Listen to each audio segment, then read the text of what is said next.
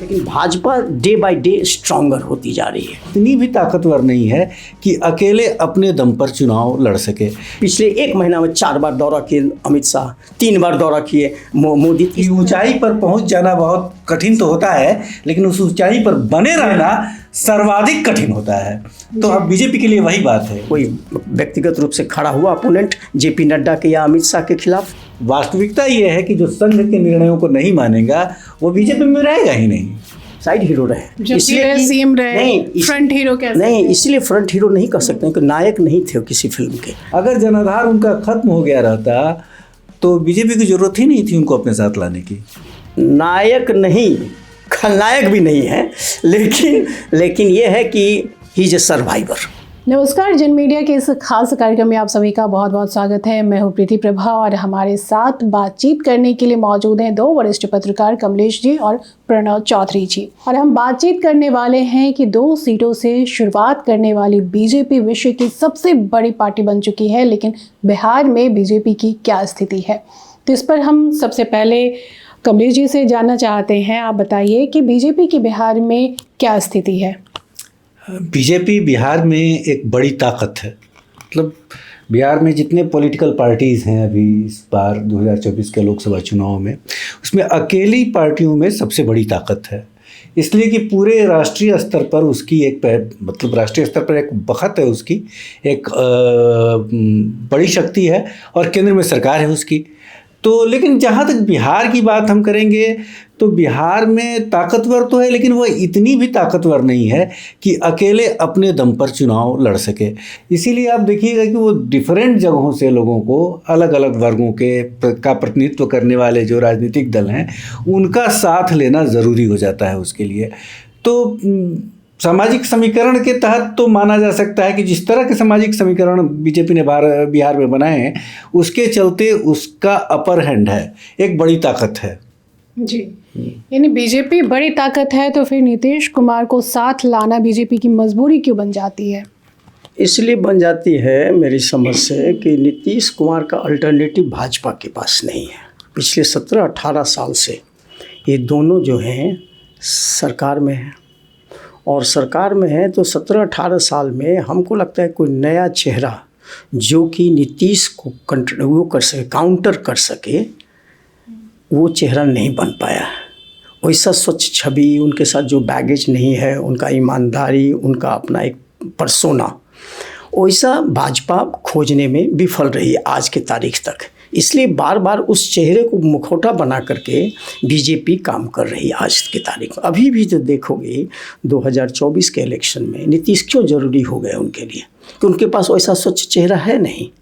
या तो दूसरे की को पढ़े लिखे हैं, थोड़ा सा एक्सपीरियंस्ड हैं, कैबिनेट मिनिस्टर रह चुके हैं और इसके पहले भी एमपी रह चुके हैं। तो एक समाजवादी छवि है उनकी और उन पर कोई बैगेज नहीं है, न परिवार का बैगेज है, न करप्शन का बैगेज है। तो ऐसा छवि वाला खोजने में जबकि बीजेपी कर सकती थी, जबकि बहुत मजबूत थी, उनके काडर बहुत इंपॉर्टेंट हैं।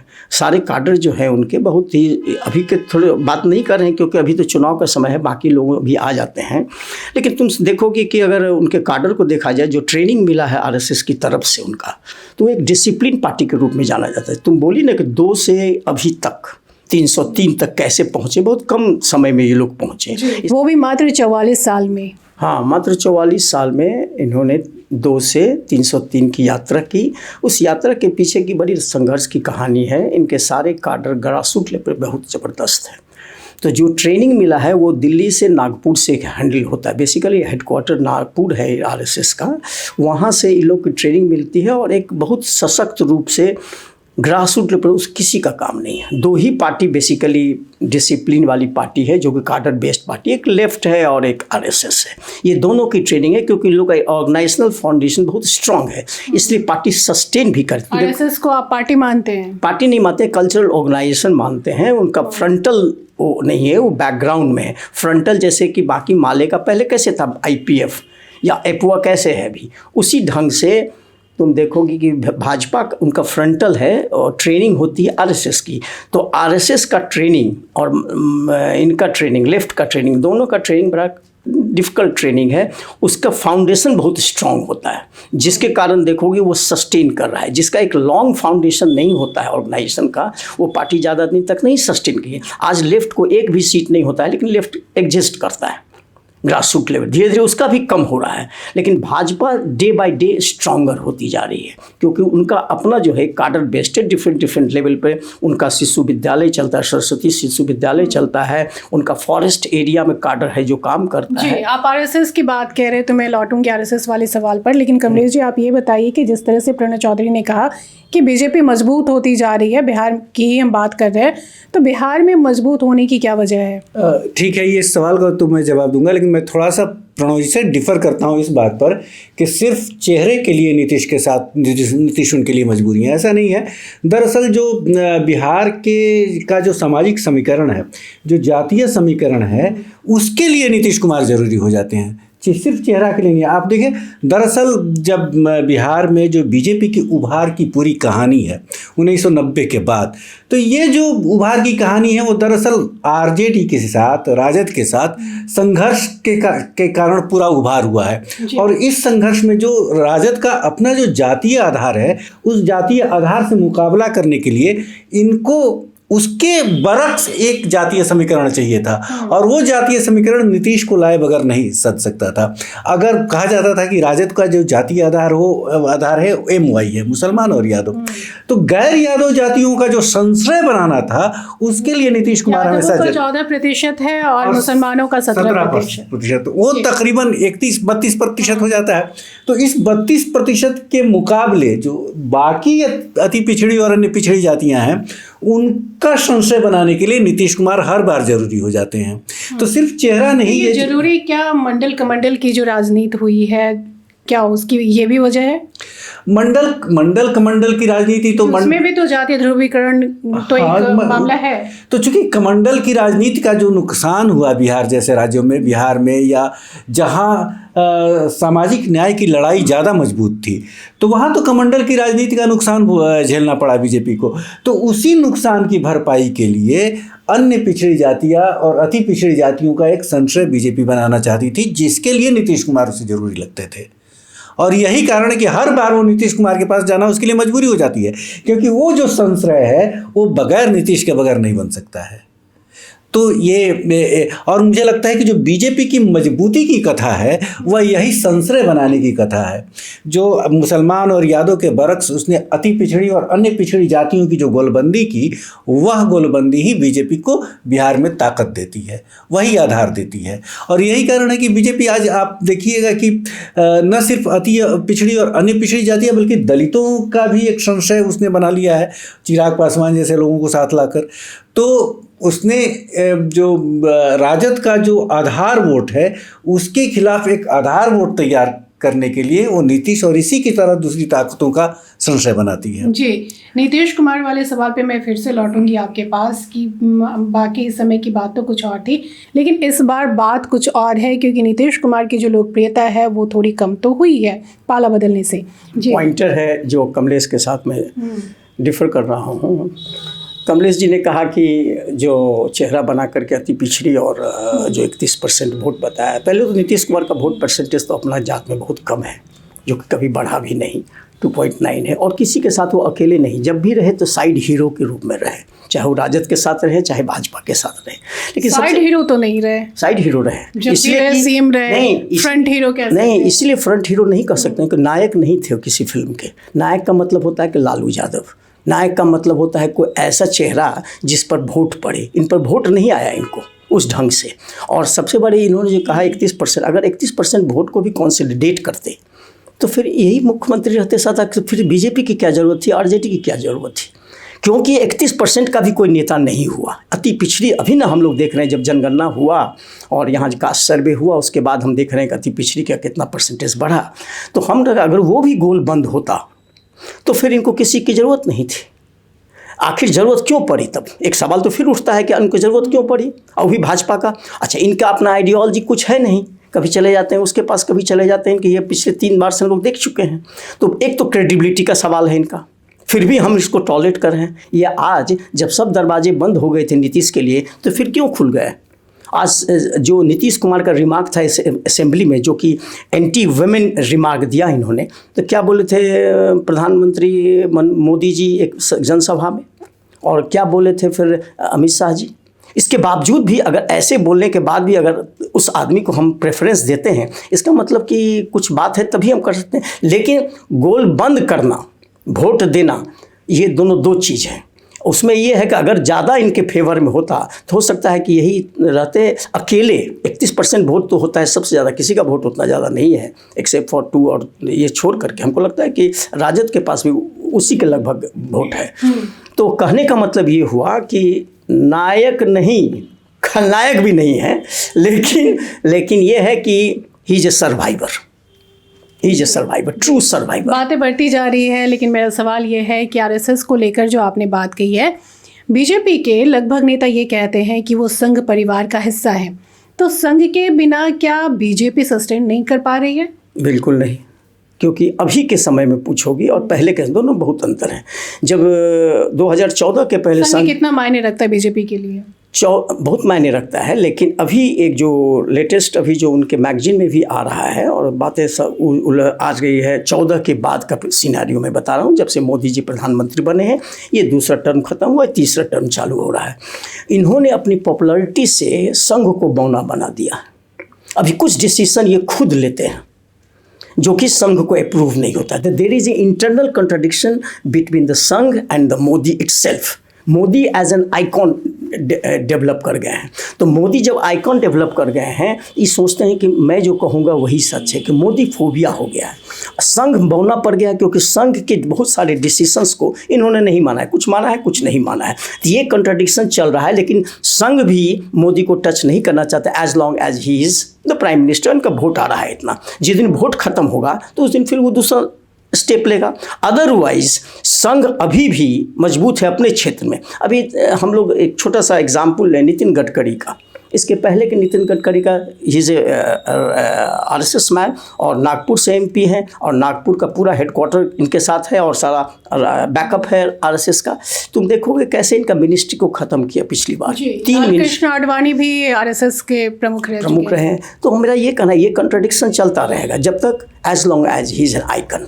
जब तक इनकी लोकप्रियता बढ़ेगी, यही दिक्कत है किसी भी पार्टी में कि कोई पार्टी जो कल्चरल ऑर्गेनाइजेशन है, बैकअप है उसका, अगर वो नेता बहुत पॉपुलर हो गया और नेता बहुत लार्जर देन लाइफ साइज हो गया तो उसके लिए तो फिर दिक्कत हो जाएगी। इसीलिए यानी 2004 में अटल बिहारी वाजपेयी जी के नेतृत्व में चुनाव लड़ा गया और करारी हार हुई। फिर 2009 में लाल कृष्ण आडवाणी जी के नेतृत्व में चुनाव लड़े गए, लेकिन उसमें भी करारी हार हुई। और फिर 2014 में पीएम मोदी को प्रमोट किया गया और अच्छी खासी जीत हुई, यानी 82 या 83 सीटें मिली थी। प्रणव जी कह रहे हैं कि जब से पीएम मोदी आए हैं तब से आरएसएस भी बौना होता नज़र आ रहा है। क्या आपको भी ऐसा लग रहा है? नहीं, मुझे ऐसा नहीं लगता है, इसलिए कि आरएसएस जो है, संघ जो है, वो बोन है बीजेपी का। बीजेपी तो बाहरी संरचना है, और दरअसल बीजेपी जो भी कर रही है, जो भी उसके फैसले हो रहे हैं, वो सारे फैसले नागपुर में तय होते हैं। तो संघ के जो मतलब जैसे संघ के अलग अलग ऑर्गेनाइजेशन है, फ्रंटल ऑर्गेनाइजेशन, कल्चरल ऑर्गेनाइजेशन है, साहित्य का ऑर्गेनाइजेशन है, उसी तरह एक पॉलिटिकल ऑर्गेनाइजेशन है।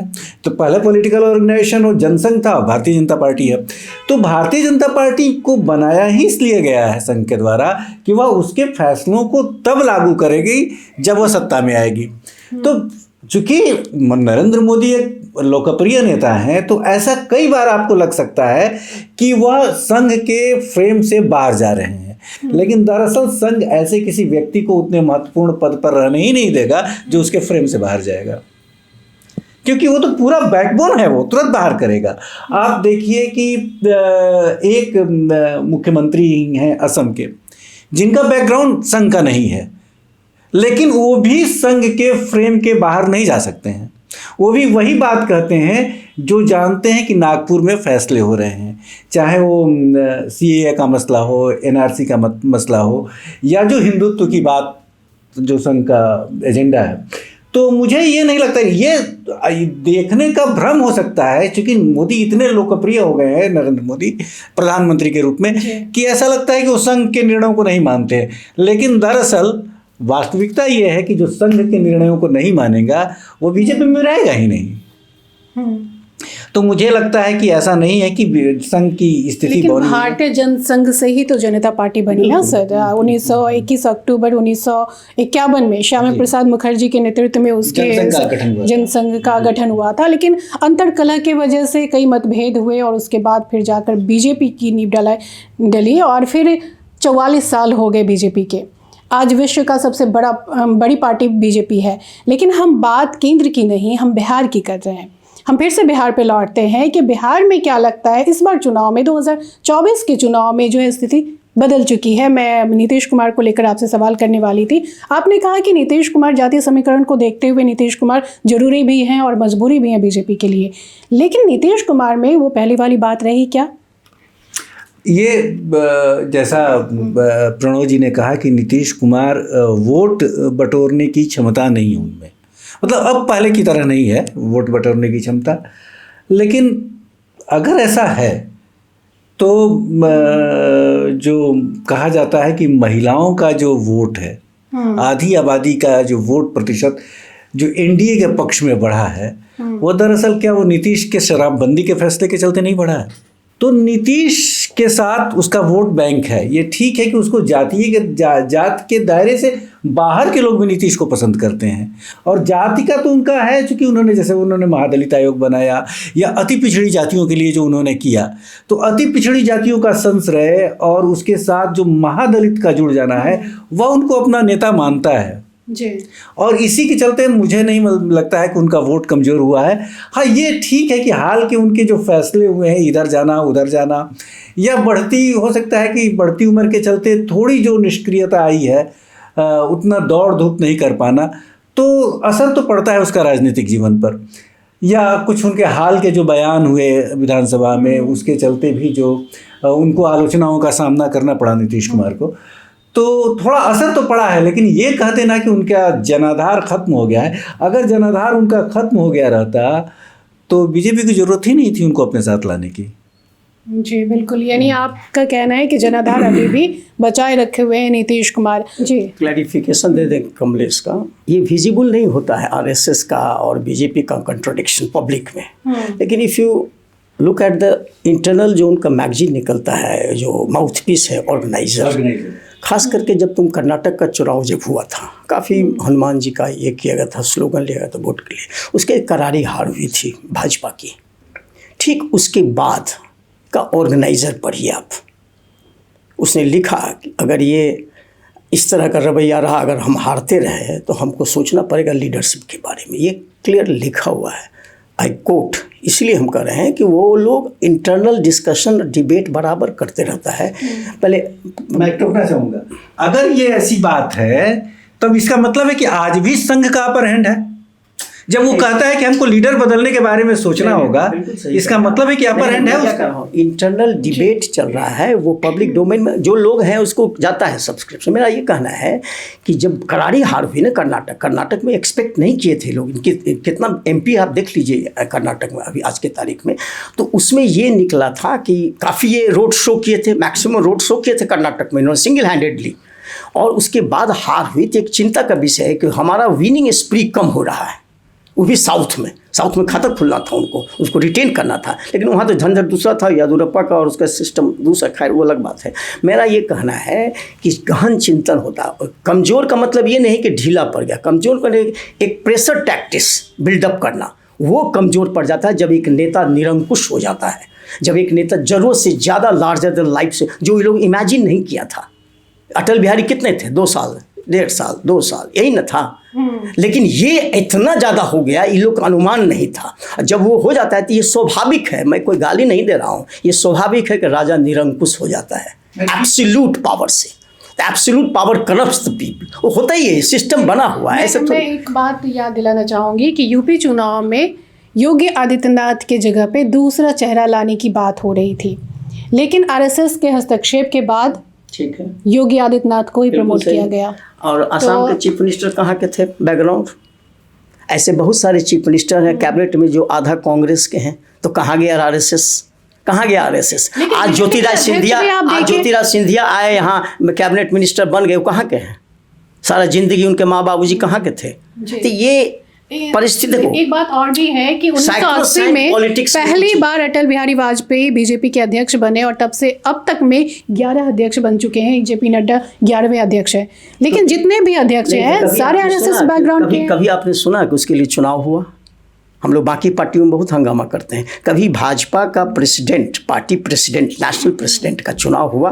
कोई व्यक्तिगत रूप से खड़ा हुआ अपोनेंट जेपी नड्डा के या अमित शाह के खिलाफ, राजनाथ के खिलाफ? नहीं, वो ट्रेडिशन नहीं है चुनाव का। वो डायरेक्ट जिसको हाई कमांड कहता है वो बनता है, सीधी बात है। इसमें तुमको क्या प्रॉब्लम है भाई? बाकी जगह भी खड़गे हुए, बहुत दिन के बाद चुनाव हुआ, खड़गे खड़ा हुए, शशि थरूर खड़ा हुए, भाजपा में कहाँ हुआ? जेपी नड्डा जो बने तो हुआ। जी चलिए, हम फिर से आखिर में फिर से बिहार पे ही लौटते हैं कि बिहार में आरएसएस कितना मजबूत है कि बीजेपी मजबूत नहीं बन पा रही है, आखिर नीतीश कुमार का साथ लेना पड़ रहा है। उसका अपोनेंट इतना बिखरा हुआ है, बिखरा हुआ अपोनेंट है, और अपोनेंट के पास कोई कहने को कोई पूंजी नहीं है। फिर वही बात है, भ्रष्टाचार है, जो कि इशू है या ना है अलग बात है, लेकिन उसके कहने को बहुत सारी चीज़ें हैं। इसके पास ये है कि एक इमोशनल कोशिएंट है, सबसे बड़ा प्रॉपर्टी जो बीजेपी के पास आज के तारीख में समूचे इंडिया में, with a special reference to Bihar, that is emotional quotient. Emotional quotient है कि आदमी को उससे कनेक्ट करता है, चाहे घर की औरत हो, चाहे घर का बूढ़ा हो, चाहे घर का जवान हो। राम मंदिर का निर्माण, ये राम मंदिर उनके सपने में नहीं था कि ये उनके जीते जी कोई बनेगा। यहाँ की औरतें, यहाँ के बच्चे, यहाँ के बूढ़े पुराने सोचते थे कि ये नहीं हो सकता है, इसको करके दिखलाया। ये है कि मोदी का जो गारंटी है, जो लोग सो कॉल्ड कहते हैं गारंटी है, उन्होंने दिखला दिया। 370 और मंदिर, खास करके मंदिर में खाली राम मंदिर ही नहीं, ये बनारस से शुरू करते हैं, महाकालेश्वर देखते हैं, काशी मथुरा देखते हैं, ज्ञान नहीं पूरा झोंक दिया। कहता है कि ठीक है वो सब कुछ है, हम इसी को देंगे। तो 10% वोटर, अभी मैंने जो एक आकलन किया है कि 10% वोटर बिहार के ऐसे हैं, कुछ भी हो जाए देना उसी को है। जी, यानी आपको भी लगता है कि राम मंदिर निर्माण का असर देश पे पड़ा है और खास करके बिहार पे? ये एक बहुत बड़ा मसला है, बहुत बड़ा मसला है। और जो आप तो वैसे भी हमारे देश और खासकर बिहार तो गांव का राज्य है, और गांव में जो धर्म को लेकर जो लोगों की आस्था है वो मतदान में बहुत काउंट करती है, बहुत काउंट होती है। इवन कि इस पहले जाति से भी ज़्यादा अब लग रहा है कि ये जाति पर भी भारी पड़ रही है, ये आस्था जाति पर भारी पड़ रही है। लेकिन ये कहाँ, ये तो जाति सर्वेक्षण का मामला मध्य प्रदेश और राजस्थान में कुछ नहीं काम नहीं किया जी। तो हो सकता है कि बिहार में थोड़ा जाति को लेकर फीलिंग ज़्यादा होती है, तो हो सकता है कि बिहार में करे, लेकिन उसके मुकाबले जो राम मंदिर का मसला है वो थोड़ा ज़्यादा मजबूत दिख रहा है। नहीं, ट्रीट नहीं कर पाया बिहार में। ये एक्सपेक्टेड था नीतीश कुमार जी से भी, जिस समय ये जाति जनगणना हुआ, मैंने सर्वे हुआ, उसमें था कि ये क्लिक करेगा एज ए एटम बॉम्ब, क्योंकि बिहार में इतना सालों के बाद हो रहा है, सबको पता लगेगा कितने पढ़े हैं, कितना पॉपुलेशन है, किस जाति का कितना पॉपुलेशन बढ़ा है, क्या है। उस पर भी कंट्रोवर्सी हो गया, हाई कोर्ट में मामला चला गया कि आधा घर में हुआ ही नहीं है सर्वेक्षण, ये अफरा तफरी में कर दिए हैं। लेकिन जो फ़ायदा होना चाहिए था वो फ़ायदा इस नहीं हुआ, कंप्लीट नहीं हुआ। और लेकिन ये जो है, तुम अभी जो कमलेश जी बोले कि एक महिला का बड़ा वर्ग जो शराब बंद हुआ, वो महिला चली गई सब मंदिर के चक्कर में। सही बात है, वो तो शराब गौन हो गया फिर। और शराब का गौन होना ये नहीं है, पब्लिकली नहीं मिल रहा है, अनऑफिशियली तो मिल ही रहा है लोगों को। ज़्यादा पैसा, जो शराब पीने वाले हैं वो पैसा देकर भी शराब पीते हैं, इसमें कोई बात नहीं। अगर मंदिर के चक्कर में भी गई हैं तो भी तो वो टेंडर को ही मिलेगा। बता दूं प्रीति जी, अभी हाल ही में एक स्पेशल ट्रेन चली थी यहाँ से अयोध्या के लिए, जिसको कि ऋतुराज सिन्हा जो भाजपा के अभी सेंट्रल कमेटी के मेंबर हैं, उन्होंने झंडा दिखलाया। और यहाँ से बख्तियारपुर फतुहा की महिला गई थी स्पेशल ट्रेन में, और वहाँ पर जो उतरा वो ट्रेन, तो पूरी वहाँ पर खड़ी थी बस उनको ले जाने के लिए, और कहा कि खाना मुफ्त, पीना मुफ्त। ये सिलसिला अभी भी जारी है, ये सिलसिला अभी भी जारी है। और जाते हैं लोग, पूजा करके आते हैं, वहाँ प्रसाद उरसाद लेके आते हैं, तो एक हुजूम है। और कहते तो उसमें जितना का इंटरव्यू मैंने देखा, उसमें सब ने कहा कि मेरा तो ज़िंदगी सफल हो गया कि मैं राम मंदिर देख ली, राम मंदिर में पूजा कर ली। ये न खाना देता है, न नौकरी देता है, न बेरोजगारी दूर करता है। ये इमोशनल कोशिएंट है। आपको इमोशन से हम इतना वो कर देंगे कि आप कुछ नहीं कर सकते। हम भूखे रहेंगे, राम मंदिर जाएंगे। जी, आप कुछ कहेंगे? नहीं, बिल्कुल, मैं इस बात से मैं पूरी तरह सहमत हूँ कि राम मंदिर का मसला जो है वो इस बार असर दिखाएगा, लेकिन कितना असर दिखाएगा या चुनाव के नतीजों से पता चलेगा। क्योंकि बीजेपी जिस तरह से जातीय सर्वेक्षण को जिस जिस हवा के साथ, जिस आंधी के साथ लाया गया और जिस तरह से पूरे देश भर में बिहार के जाति सर्वेक्षण को लेकर विपक्ष गया। इवन मध्य प्रदेश और राजस्थान के चुनाव प्रचार में ये बड़ा मसला था कि जिस तरह से बिहार में जातीय सर्वेक्षण कराया गया उस तरह से मध्य प्रदेश और राजस्थान में भी कराया जाएगा, लेकिन वो हवा नहीं बनी। तो राम मंदिर का तो दिखाई पड़ा राजस्थान में और मध्य प्रदेश में, तो बहुत संभव है कि इसका असर बिहार में भी दिखाई पड़े। जी, अगर इसका असर बिहार में दिखता है तो बीजेपी की मजबूती मानी जाएगी। लेकिन एक चीज़ है प्रीति कि टारगेट स्ट्राइक रेट इतना हाई है बीजेपी और एनडीए का बिहार में 39 out of 40। It's very challenging job. ये आसान नहीं है, कहना है ठीक है, एक फैक्टर है मंदिर वो देगा, लेकिन इतना सीट ले पाएंगे कि नहीं, इससे बड़ा चैलेंज। क्योंकि वो देखने से लगता है कि पिछले एक महीना में 4 बार दौरा किए अमित शाह, 3 बार दौरा किए मोदी, इससे उनकी घबराहट और परेशानी नज़र आती है। पिछले बार दोनों साथ थे तो 39 आया, इस बार भी दोनों साथ हैं। तो अब हमको लगता है कि इतना चैलेंजिंग है क्योंकि ऑलरेडी आपका विपक्ष भी बहुत स्ट्रांग हो गया, क्योंकि बाकी इधर उधर लोग आ रहे हैं जा रहे हैं, तो ये दौर चलता रहेगा। तो ये उनको थकाने वाला समय लग रहा है कि it's not a easy task, herculean task है। आएगा, अच्छा वोट आएगा ही, स्वाभाविक है दोनों, लेकिन उतना आएगा कि नहीं आई डाउट, लेकिन है चैलेंजिंग टास्क, ये बात सही है। यानी ये कहना कि ऊंचाई पर पहुंच जाना बहुत कठिन तो होता है, लेकिन उस ऊंचाई पर बने रहना सर्वाधिक कठिन होता है। तो अब बीजेपी के लिए वही बात है। बिहार में बीजेपी कितनी मजबूत हुई है वो तो चुनाव का परिणाम ही बताएगा, लेकिन अभी जो स्थिति बनती दिख रही है उसमें मुकाबला तो दिलचस्प जरूर है। बीजेपी के लिए चुनौती भरा माहौल जरूर दिख रहा है।